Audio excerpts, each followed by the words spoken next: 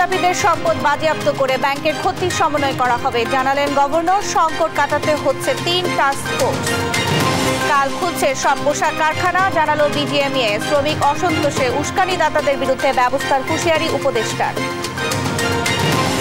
গদবাঁধা চিন্তাধারা থেকে বের হয়ে জনস্বার্থকে সর্বোচ্চ গুরুত্ব দিতে হবে সচিবদের প্রতি প্রধান উপদেষ্টার 9 নির্দেশনা। ছাত্র জনতার অভ্যুত্থানের মাস পূর্তি উপলক্ষে কাল সারা দেশে শহীদি মার্চ, অংশ নিতে শহীদ পরিবারকে আহ্বান। এবং নির্বাচন কমিশনের জরুরি সংবাদ সম্মেলন কাল, আসতে পারে সিএসি সহ কমিশনারদের পদত্যাগের ঘোষণা।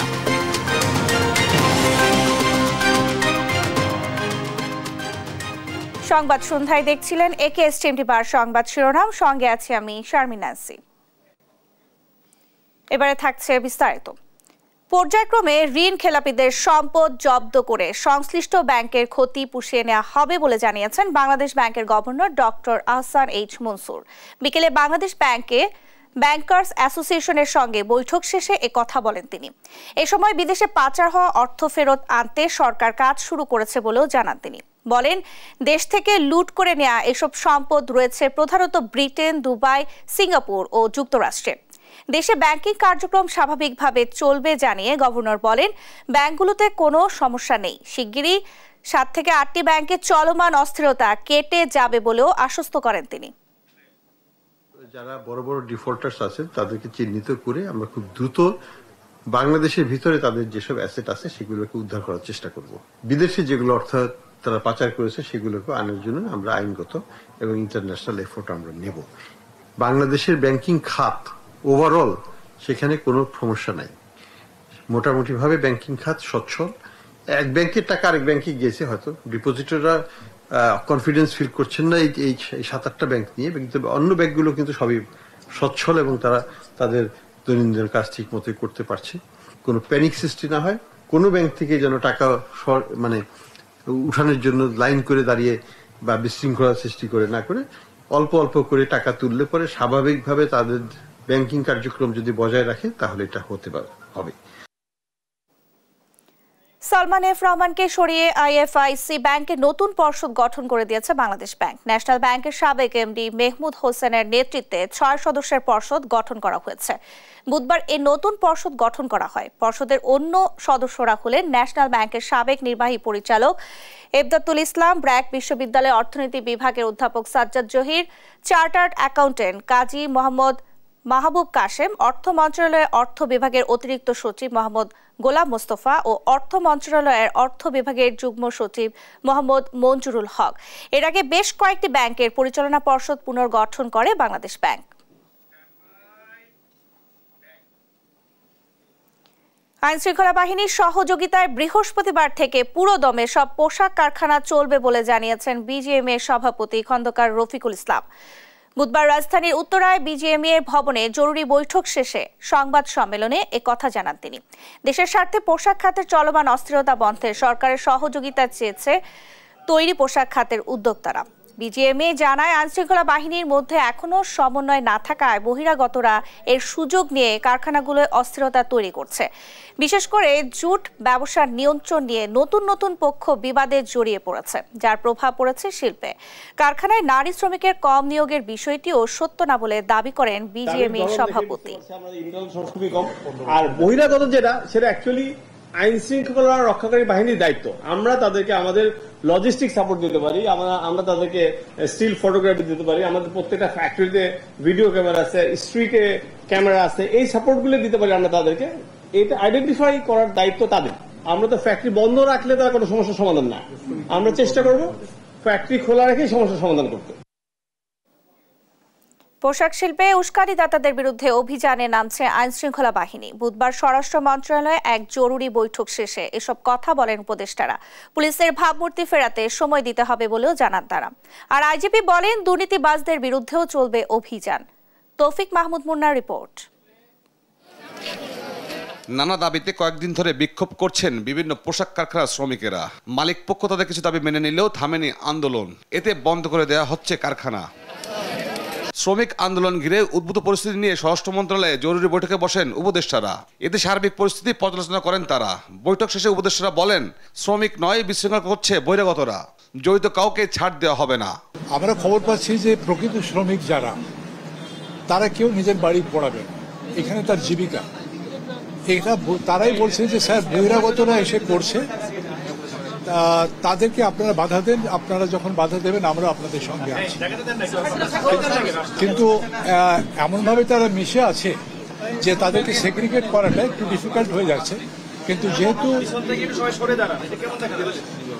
প্রকৃত শ্রমিকরা এই ধরনের কোনো বিশৃঙ্খলা করছে না, কারণ ওইটাই যে যেখানে তার জীবিকা সেখানে সে নষ্ট করবে না।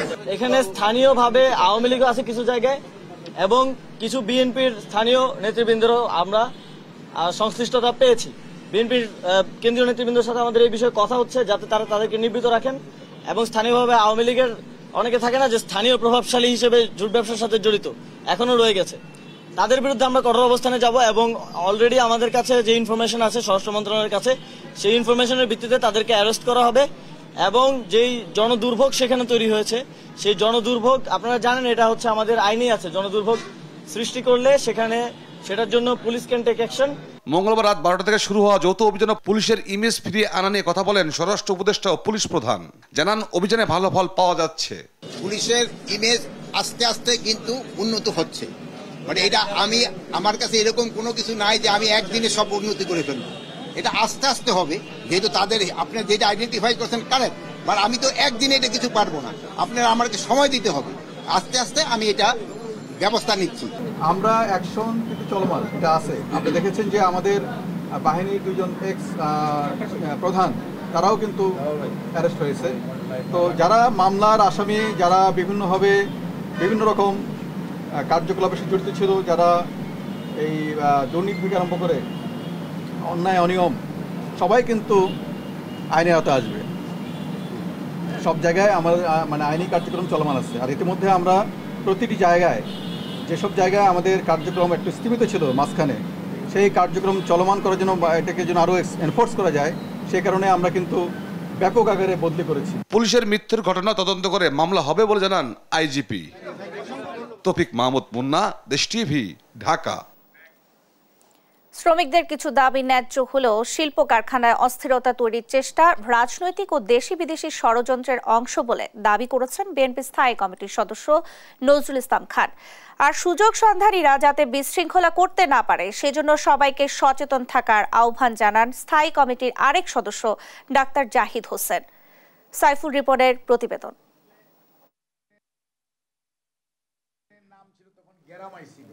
জুলাই আগস্ট বিপ্লবে শ্রমিক দলের সহ সব শহীদদের স্মরণ, শ্রমিক কর্মচারীদের ন্যায্য অধিকার ও সম্প্রতি গার্মেন্টস এবং ঔষধ শিল্প সহ বিভিন্ন কলকারখানায় অস্থিরতা, ভাঙচুর ও নাশকতামূলক কর্মকাণ্ডের বিষয়ে নয়াপল্টনের কেন্দ্রীয় কার্যালয়ে জরুরি সভা করে জাতীয়তাবাদী শ্রমিক দল। এ সময় শ্রমিক নেতারা অভিযোগ করেন, অর্থের বিনিময়ে ছাত্রলীগ যুবলীগ কর্মীদের দিয়ে সাম্প্রদায়িক উস্কানি ও শিল্প এলাকায় অস্থিরতা সৃষ্টির চেষ্টা করছে পরাজিত শক্তি। যুবলীগ, ছাত্রলীগ, এদের মধ্যে কমন ফেস না, আনকমন ফেস, তাদেরকে ব্যবহার করতেছে। ভারত বাংলাদেশকে পেছন থেকে টেনে ধরে রাখতে চায় অভিযোগ করে বিএনপির স্থায়ী কমিটির সদস্য ডাক্তার এজেডএম জাহিদ হোসেন বলেন, এখন বিশৃঙ্খলা সৃষ্টির সময়, তাই সচেতন থাকতে হবে সবাইকে। গার্মেন্টসই হোক আর সেই প্যাকেজিং ফ্যাক্টরি হোক, হোয়াট এভার মাইট বি, যেটি এই দেশের উৎপাদনে 10টা মানুষকে এমপ্লয় করে, 10টা মানুষের রুজিকে জোগাড় করে, তাকে প্রটেক্ট করা আপনার আমার নৈতিক দায়িত্ব। দলের স্থায়ী কমিটির আরেক সদস্য নজরুল ইসলাম খান বলেন, শ্রমিকদের কিছু ন্যায্য দাবি থাকলেও বর্তমানে যে অস্থিরতা তৈরির চেষ্টা চলছে তা রাজনৈতিক দেশি বিদেশি ষড়যন্ত্র। ইনশাআল্লাহ বিএনপি আসলেও দরকার হলে বিএনপি সরকারের বিরুদ্ধে আন্দোলন করবে, দাবি আদায় হবে। কিন্তু এই মুহূর্তে যে চেষ্টা, এটা দাবি আদায়ের চেষ্টা না, এটা হলো যে বিজয়, এই বিজয়কে নস্যাৎ করার চেষ্টা। এই যে দেশের শান্তি শৃঙ্খলা ফিরে আসতে, এটাকে বিঘ্নিত করার চেষ্টা। এটা একটা ষড়যন্ত্র, এটা রাজনৈতিক ষড়যন্ত্র, এটা দেশি বিদেশি ষড়যন্ত্র, এটাকে প্রতিরোধ করতে হবে। এর আগে নয়াপল্টনের কেন্দ্রীয় ত্রাণ কেন্দ্রে সংবাদ সম্মেলনে জনরোষ থেকে বাঁচতে অবিলম্বে নির্বাচন কমিশনের পদত্যাগ ও দুর্নীতি দমন কমিশনকে দোষরমুক্ত করার দাবি জানান ডাক্তার এজেডএম জাহিদ হোসেন। এই নির্বাচন কমিশন আজ অবধি নির্লজ্জের মতো বসে আছে। জনগণের রোষ থেকে বাঁচার জন্য পদত্যাগ করে এই সরকারকে সুযোগ দেওয়া উচিত। শক্তিশালী দুর্নীতি কমিশন দরকার, নির্মোহভাবে যারা দায়িত্ব পালন করবে এই সমস্ত সুবিধাভোগীদেরকে ছেটিয়ে বিদায় করা সরকারের দায়িত্ব। এদিকে রাজধানীর পিজি হাসপাতালে ছাত্র জনতার আন্দোলনে নিহত গোলাম রব্বানীর বাবার হাতে তারেক রহমানের পক্ষ থেকে অনুদান তুলে দিয়ে সাংবাদিকদের সাথে আলাপকালে বিএনপির সিনিয়র যুগ্ম মহাসচিব রুহুল কবির রিজভী দাবি করেন প্রতিটি হত্যার বিচার করতে হবে। ট্রাইব্যুনাল তৈরি করে যারা দায়ী আমরা সবাই চিনি তাদেরকে সেইখানে বিচার করতে হবে। সাইফুল রিপন, দেশ টিভি, ঢাকা। ছাত্র জনতার রক্তের বিনিময়ে অর্জিত নতুন বাংলাদেশে সরকারের সব পর্যায়ের সংস্কার কর্মসূচি গ্রহণ ও বাস্তবায়নে মার্চিং অর্ডার সহ 9 দফা নির্দেশনা দিয়েছেন প্রধান উপদেষ্টা ডক্টর মোহাম্মদ ইউনূস। বলেন, গদবাঁধা চিন্তাধারা থেকে বের হয়ে এসে জনস্বার্থকে সর্বোচ্চ গুরুত্ব দিয়ে সরকারি কার্যক্রম পরিচালনা করতে হবে। তেজগাঁওয়ে প্রধান উপদেষ্টার কার্যালয়ের সচিবদের সঙ্গে বৈঠকে এসব নির্দেশনা দেন প্রফেসর ইউনূস। শামিমা আক্তারের প্রতিবেদন। হাজারো শহীদের রক্তে গড়া দেশকে নতুনভাবে নির্মাণ করার প্রত্যয় ব্যক্ত করেন অন্তর্বর্তী সরকারের প্রধান উপদেষ্টা ডক্টর মোহাম্মদ ইউনূস। এজন্য প্রত্যেককে আরও দায়িত্বশীল হয়ে কাজ করার আহ্বান জানান তিনি। রাজধানীর তেজগাঁয়ে প্রধান উপদেষ্টা কার্যালয়ে সচিবদের সঙ্গে বৈঠকে এ আহ্বান জানান প্রফেসর ইউনূস। এ সময় গদবাঁধা ভাবনা থেকে বেরিয়ে এসে চিন্তার সংস্কার করে জনস্বার্থকে সর্বোচ্চ গুরুত্ব দেওয়ার নির্দেশ দেন তিনি। প্রধান উপদেষ্টা বলেন, দুর্নীতির মূলোৎপাটন করা ভীষণ জরুরি। একসঙ্গে সরকারি অর্থের সর্বোত্তম ব্যবহার নিশ্চিত করতে হবে। সহজভাবে সেবা দেওয়ার মাধ্যমে জনগণের সর্বোচ্চ সন্তুষ্টি অর্জন এই সরকারের অন্যতম লক্ষ্য বলেও উল্লেখ করেন তিনি। স্বচ্ছতা ও জবাবদিহিতা নিশ্চিতে সব ধরনের প্রতিবন্ধকতা দূর করে সবাইকে নাগরিক বান্ধব মানসিকতা লালন করার পরামর্শ দেন ডক্টর মোহাম্মদ ইউনূস। ছাত্র জনতার আন্দোলন নিয়ে বিশ্বব্যাপী যে আগ্রহ ও ইতিবাচক ধারণা তৈরি হয়েছে তা দেশের স্বার্থে কাজে লাগাতে সবাইকে আরও উদ্যমী হওয়ার আহ্বান জানান প্রধান উপদেষ্টা। শামিমা আক্তার, দেশ টিভি, ঢাকা। আওয়ামী লীগের চাপিয়ে দেওয়া সংবিধান সহ দেশের সব খাতে দ্রুত সংস্কারের দাবি জানিয়েছে বৈষম্য বিরোধী ছাত্র আন্দোলন। সংস্কার কাজ শেষ না হওয়া পর্যন্ত মাঠে থাকার কথা জানান সমন্বয়করা। এ সময় গণবিপ্লবের মাস পূর্তি উপলক্ষে হতাহতদের স্মরণে বৃহস্পতিবার সারা দেশে শহীদি মার্চ কর্মসূচি ঘোষণা করা হয়। শিক্ষার্থীদের সংগঠিত করা এবং অপরাধমূলক কর্মকাণ্ডের বিরুদ্ধে সচেতনতা বাড়াতে 6 সেপ্টেম্বর থেকে বিভাগীয় ও জেলা সফরের কথাও জানান সমন্বয়। আরো জানাচ্ছেন নূপুর মাহমুদ। পরবর্তী রূপরেখা নির্ধারণ করতে বুধবার ঢাকা বিশ্ববিদ্যালয়ের টিএসসিতে আলোচনা সভা করে বৈষম্য বিরোধী ছাত্র আন্দোলন। সভায় অন্তর্বর্তী সরকারের কাছে গেল 16 বছরে ফ্যাসিস্ট সরকারের অন্যায় দুর্নীতির বিচারের পাশাপাশি সংস্কার দাবি করেন আলোচনায় অংশ নেয়া সমন্বয়করা। হতাহতের সংখ্যা তুলে ধরে আহতদের উন্নত চিকিৎসার পাশাপাশি নিখোঁজদের খুঁজতে নতুন করে সরকারের প্রতি আহ্বান জানানো হয়। জনগণ যেটা চায় সেটা আগামীর বাংলাদেশ হবে, আর আমরা একটি মিডিয়েটর হব। মিডিয়েটর বলতে বোঝাচ্ছি আমরা জনগণ থেকে কথা শুনবো, এই কথাগুলোকে অ্যাকুমুলেট করে সেটাই সোসাইটিতে বাস্তবায়ন করার জন্য ছুড়ে দিব। আমরা মনে করছি যে বাংলাদেশের মানুষ সেটা বাস্তবায়নে সহযোগিতা করবে। আমরা যাতে আমাদের এই সংস্কারটা নিশ্চিত করা হয়, যাতে আমাদেরকে আর বিভাজিত করা না যায়, আমরা বৈষম্য বিরোধী ছাত্র আন্দোলনের পক্ষ থেকে উদ্যোগ নিয়েছি আমাদের যারা এই রাজপথে লড়াই করে এই গণবিপ্লব সংগঠিত করেছে তাদেরকে সংঘবদ্ধ করা। ছাত্র আন্দোলনের সমন্বয়ক সার্জিস আলম জানান, যতদিন এদেশ পুনর্গঠিত না হচ্ছে, সংস্কার না হচ্ছে, জনগণের অধিকার না ফিরছে, ততদিন কাজ করে যাবে ছাত্র সমাজ। ঘোষণা করেন 5 সেপ্টেম্বরের কর্মসূচি। যতদিন না এই বাংলাদেশ গণমানুষের বাংলাদেশ হয়ে উঠছে, আমরা আমাদের অধিকারগুলো ফিরে না পাচ্ছি, সিস্টেমগুলো আবার নতুন করে পুনর্গঠিত না হচ্ছে, মানুষ যে মানবিক কিংবা তার সাংবিধানিক সুবিধাগুলো পায় সেগুলো যতদিন নতুন করে পাওয়া শুরু না হচ্ছে ততদিন কোনোভাবেই এমন একটি বিজয় মিছিল করা প্রাসঙ্গিক নয়। এটি আমাদের স্পিরিটের সাথে যায় না আমাদের এই ছাত্র জনতার অভ্যুত্থানের চেতনার সাথে যায় না। আরেক সমন্বয়ক হাসনাত আব্দুল্লাহ বলেন, আওয়ামী লীগের সংবিধানকে দেশের সংবিধান হিসেবে চাপিয়ে দেওয়া হয়েছে, দ্রুত সব জায়গায় সংস্কারের দাবি করেন তিনি। আওয়ামী লীগের সংবিধানটাকেই আমরা বাংলাদেশি সংবিধান হিসেবে ধরে নিয়েছিলাম।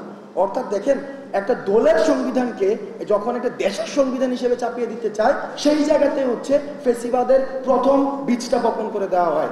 এবং আমরা জাতি হিসাবে এই যে এত বছর পরেও আমাদের দ্বিতীয় স্বাধীনতার আগ পর্যন্ত কিন্তু আমরা সেই জায়গায় কখনো প্রশ্ন করতে পারিনি। বৈষম্য বিরোধী ছাত্র আন্দোলনে অংশ নেওয়া শিক্ষার্থীদের সুসংগঠিত করতে ও কেউ যেন কোনো অপরাধ না করতে পারে সে লক্ষ্যে সারা দেশে 6 আগস্ট থেকে বিভিন্ন কমিটির মাধ্যমে বিভাগীয় ও জেলা সফর শুরু হবে বলেও ঘোষণা দেওয়া হয় আলোচনা সভায়। এই ক্ষমতাকে প্রশ্ন করার যে স্বাধীনতাটি, সেটি আমরা গণমাধ্যমের মধ্য দিয়ে চর্চাটি দেখতে চাই। নূপুর মাহমুদ, দেশ টিভি, ঢাকা। আগামীকাল জরুরি সংবাদ সম্মেলন করবেন প্রধান নির্বাচন কমিশনার কাজী হাবিবুল আওয়াল সহ নির্বাচন কমিশনাররা। বেলা 12টায় সংবাদ সম্মেলন থেকে তাদের পদত্যাগের ঘোষণা আসতে পারে। বুধবার এক প্রশ্নের জবাবে সিএসি জানান, বৃহস্পতিবার পদত্যাগের বিষয়ে বিস্তারিত জানানো হবে। রাষ্ট্রপতির সঙ্গে দেখা করার কথাও জানান তিনি। গেল 5 আগস্ট আওয়ামী লীগ সরকারের পতনের পর থেকে নির্বাচন কমিশনের পদত্যাগের দাবি ওঠে। প্রধান উপদেষ্টার কাছে নির্বাচন কমিশন পুনর্গঠনের দাবি জানায় বিএনপি সহ বিভিন্ন রাজনৈতিক দল ও সংগঠন। পানি নেমে যাওয়ায় কুমিল্লা, ফেনী, নোয়াখালী সহ বন্যা দুর্গত এলাকায় বড় চ্যালেঞ্জ হিসেবে দেখা দিয়েছে ডায়রিয়া ও চর্মরোগ। স্যালাইন ও ঔষধ সংকটে ব্যাহত হচ্ছে চিকিৎসা সেবা, সঙ্গে যোগ হয়েছে সাপে কাটার ঝুঁকি। এ অবস্থায় সরকারি বেসরকারি সংস্থাগুলোকে সমন্বিত পদক্ষেপের তাগিদ দিয়েছেন বিশেষজ্ঞরা। বুধবার ব্র্যাক সেন্টারে বন্যা পূর্ববর্তী চ্যালেঞ্জ ও করণীয় নিয়ে আলোচনায় উঠে আসে এসব তথ্য। হাসান মাহমুদের রিপোর্ট। দেশের দক্ষিণ পূর্বাঞ্চলে ভয়াবহ বন্যায় পানি নেমে গেলেও বড় চ্যালেঞ্জ হয়ে দাঁড়িয়েছে স্বাস্থ্য সমস্যা। হাসপাতালে দেখা দিয়েছে খাবার ও আইভি স্যালাইন সংকট। আমরা বিশেষ করে এমন পরিস্থিতিতে বন্যা পরবর্তী স্বাস্থ্য সংকট ও করণীয় বিষয়ে আলোচনার আয়োজন করে বেসরকারি উন্নয়ন সংস্থা ব্র্যাক। ভার্চুয়ালি যুক্ত হয়ে চিকিৎসার নানা সংকট সহ সার্বিক পরিস্থিতি তুলে ধরেন সিভিল সার্জনরা। সংকট মোকাবেলায় করণীয় তুলে ধরেন সরকারি বেসরকারি প্রতিষ্ঠানের কর্মকর্তারা। এখানে রোগীর সংখ্যা অনেক বেশি, সেই অনুযায়ী আপনার মেডিসিন বা সেটা পর্যাপ্ত পরিমাণ নয়। কোমর পর্যন্ত পানি, সেই পানিতে আমরা দাঁড়িয়েছিলাম বাচ্চাদেরকে কাঁধের উপর রেখে। সিভিল পার্টের সঙ্গে একটা মেলবন্ধন তৈরি করেছি ও ডিসি মহোদয় এবং সিভিল সার্জনদের সাথে কথা বলে। সাপে কাটা ও ইঁদুরবাহিত কিছু রোগ বন্যার পরে ব্যাপক আকারে দেখা দিতে পারে বলে সতর্ক করেন স্বাস্থ্য অধিদপ্তরের সাবেক মহাপরিচালক অধ্যাপক ডাক্তার এম এ ফয়েজ। পেশা পায়খানা থেকে রোগটা হয়, কিন্তু এখন যখন মানুষজন ওখানে পানিগুলি ব্যবহার করছে এবং খালি পায়ে ছিলেন, বিভিন্ন খালি গিয়েছিলেন, তাদের কিন্তু জ্বর, জন্ডিস, কিডনি ইনফেকশন হয়ে কিন্তু বেশ কিছু মানুষ, এটা কিন্তু ভারতে প্রতিবারেই বন্যার পরে কিন্তু লেপ্টোস্পাইরিসের আউটব্রেক হয়, ম্যালেরিয়া বলে অনেকেই ভুল করতে পারে। ব্র্যাক চেয়ারম্যান বলেন, দেশের মানুষ ঐক্যবদ্ধ থাকলে যে কোনো সংকট মোকাবেলা করা সম্ভব। এজন্য সব সংস্থার মধ্যে সমন্বয়ের আহ্বান জানান তিনি। একটা যখন বড় পরিবর্তন হয়, এই ধরনের ঘাটতিগুলো রয়ে যাবে, বাট খুব দ্রুত স্থানীয় সরকারের বিষয়গুলো খুব সচল হওয়া দরকার, স্থানীয় প্রশাসনের সচল হওয়া দরকার, স্থানীয় স্বাস্থ্য প্রশাসন তাদেরও নির্ভয়ে কাজ করার যে পরিবেশ সেগুলো করা দরকার। সংকট মোকাবেলায় সব ধরনের স্যালাইন সরবরাহে ব্যবস্থা নেওয়া হচ্ছে বলে আশ্বস্ত করেছে স্বাস্থ্য অধিদপ্তর। হাসান মাহমুদ, দেশ টিভি, ঢাকা। দেশের তাপমাত্রা বেশি থাকায় এবছর ডেঙ্গু বাড়ার আশঙ্কা নেই বলে জানিয়েছেন ঢাকা দক্ষিণ সিটি কর্পোরেশনের প্রশাসক ডক্টর মোহাম্মদ শের আলী। বুধবার সকালে ডগর ভবনের শীতলক্ষা হলে মশা নিয়ন্ত্রণ কাজ তদারকি ও গণমাধ্যমের সাথে মতবিনিময়কালে এ কথা জানান তিনি। প্রশাসক জানান, ডেঙ্গুর বিস্তার রোধে ওয়ার্ড ভিত্তিক নিয়মিত এবং বিশেষ কার্যক্রম চালাবে ডিএসসিসি। যেসব এলাকায় ডেঙ্গু রোগী পাওয়া যাচ্ছে সেসব এলাকায় বিশেষ কার্যক্রম পরিচালনা করা হচ্ছে বলে জানান তিনি।